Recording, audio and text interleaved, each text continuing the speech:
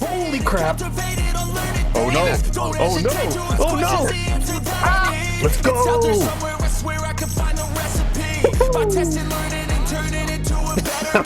my people, my planet needs me. Hello everyone, Samuel Ray here, and I've been somewhat enjoying My Hero Ultra Rumble as of late. I'm going to be playing more of this going forward because they recently announced Duos mode, which I'm definitely going to be looking forward to playing with my brother.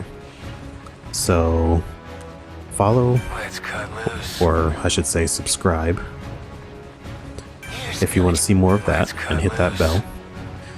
So, since while I was recording this, I wasn't really talking much. I was kind of double tasking while doing this. So, I figured I would try out recording a commentary track on this video.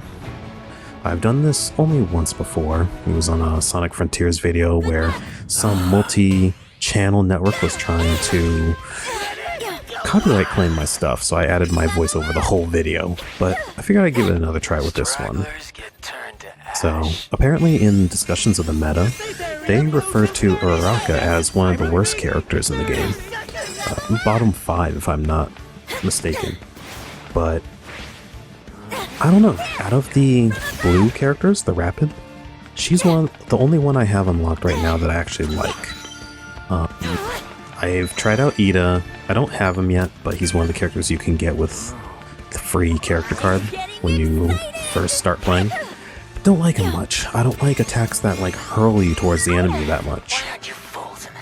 Now, with Uraraka, I do love her grapple hook. I've seen a lot of people online complaining that it doesn't work consistently enough. I haven't had much issues with aiming it. It happens occasionally, but usually it's because I'm out of range. But generally speaking, I don't have that much difficulty making it work. And so I really like the mobility that her just basic shot, her alpha ability, affords. You know, just aim, pull the trigger, and pull yourself towards an object as long as you're airborne. That kind of mobility really helps out a lot. And in a game like this, where all the characters are relatively limited, they do feel pretty restricted, honestly, in order to keep them within their roles. And I understand in the game design they want to focus on teamwork. It was one of my gripes for a bit, not being able to do much in 2v1 or 3v1 situations because of the limitations and restrictions on one character. Well, on each character. But I started to figure out how to do stuff. You had to hit your groove. Now there, I decided to just face the danger right in the face and go ahead and continue with the revive, and it came in handy. As you can see, the guy in revive was able to put up a healing dome, and then I was able to get the KO there. So sometimes you gotta risk it for the assist. And in team-based games, I'm historically kind of a flex support player. I fill whatever role is necessary for the team to succeed, rather than going for the glory. So a character like Uraraka, just kind of moving about, supporting two characters who can do more damage and have more utility.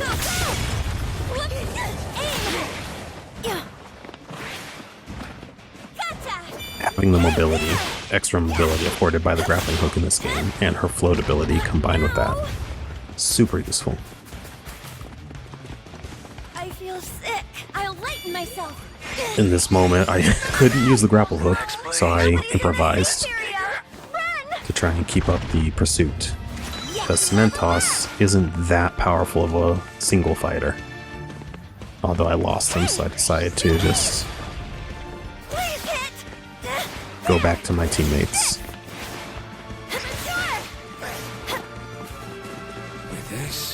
Prioritize supporting your allies rather than going for the glory and getting the KOs, which unfortunately this game does not incentivize you to play that way.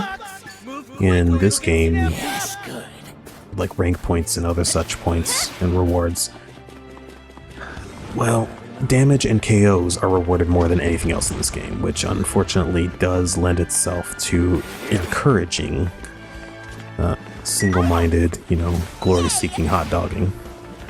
And that's just not my style. And unfortunately can be a real detriment to the team when people want to go for damage and KOs instead of actual teamwork. So unfortunately, unless you have friends to play with, which unfortunately I do have a brother to play this with most of the time, and doubles or duos is coming out now. Like I said, that's going to be a boon for me and him, because we won't have to team up with a rando every time we play.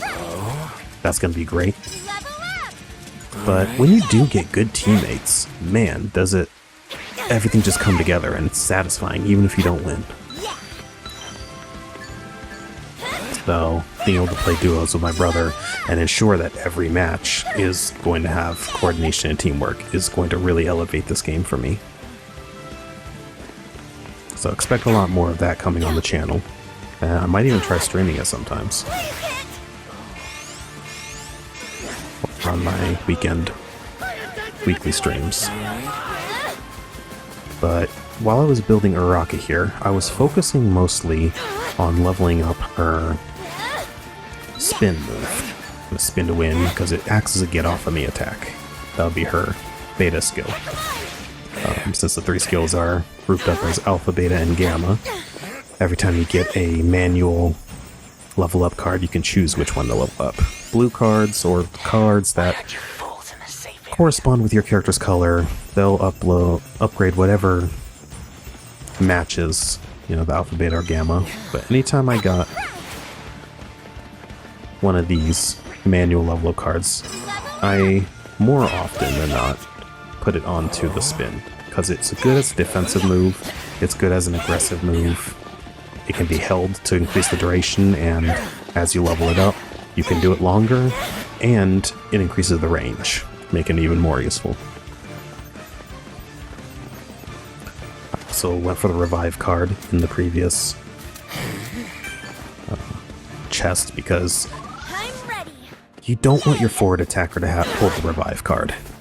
So you don't want the red characters to hold it. You generally want one of your green, blue, or purples to have it. Generally speaking, greens or blues. Greens have good supporting skills usually, and blues have good mobility, so they can get away from an engagement and then revive everyone. An enemy attack. Annoying.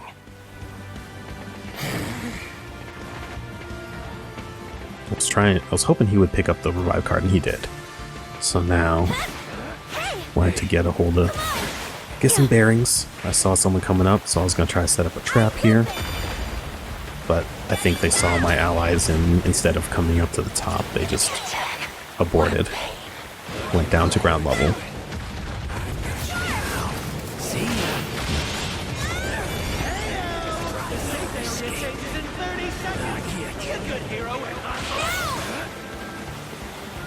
Sometimes the aim assist in this game doesn't work so great, but it's better than nothing, I'll be completely honest. I've never been big on shooters. My aim is not that great in third-person, first-person shooters, so aim assist is always a welcome addition for me. I just don't play them on mouse and keyboard either. So this item is so good. It gives everyone in the team a level up to all their skills, which is great. If you get team drinks, make good use of them. And since I already had a revive card, which one revive card can be used to revive all characters. So if both of your allies are down, KO'd out of the match, you can use one revive card to revive them both at the same time. So you really won't need more than one. You want to split it up among the team. That way, if one of you who's holding the card goes down, the other can use the revive card that they have. Never load it all up in one. And here we decided to just take him out instead of going for a finisher animation because we knew there was enemies nearby. The circle was getting small, we're pretty much at final circle size, and there's still 4 teams in play, including us. So we definitely had to make the tactical play and just KO the person without the animation, meaning no one got the finishing animation's benefit of increasing your shields to max and giving an instant refill. But sometimes you can't afford to do it.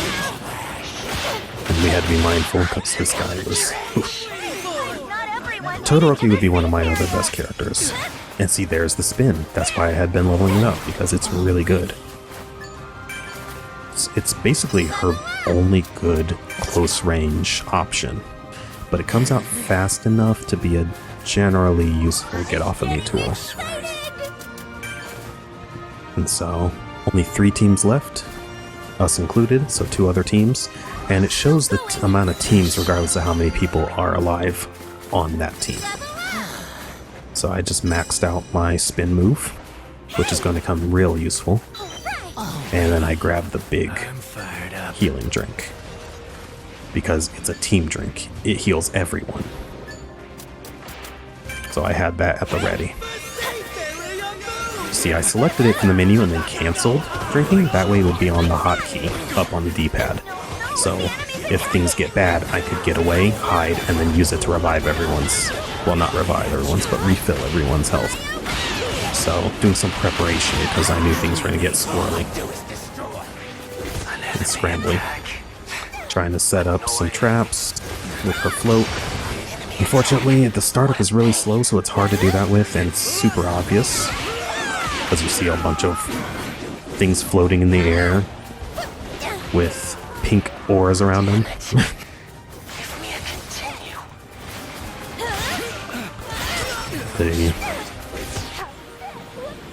Now that was potentially a bad situation, so I had to reposition.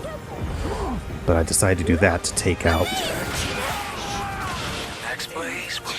some of those guys who were outside of the circle. And that's it. That's the game.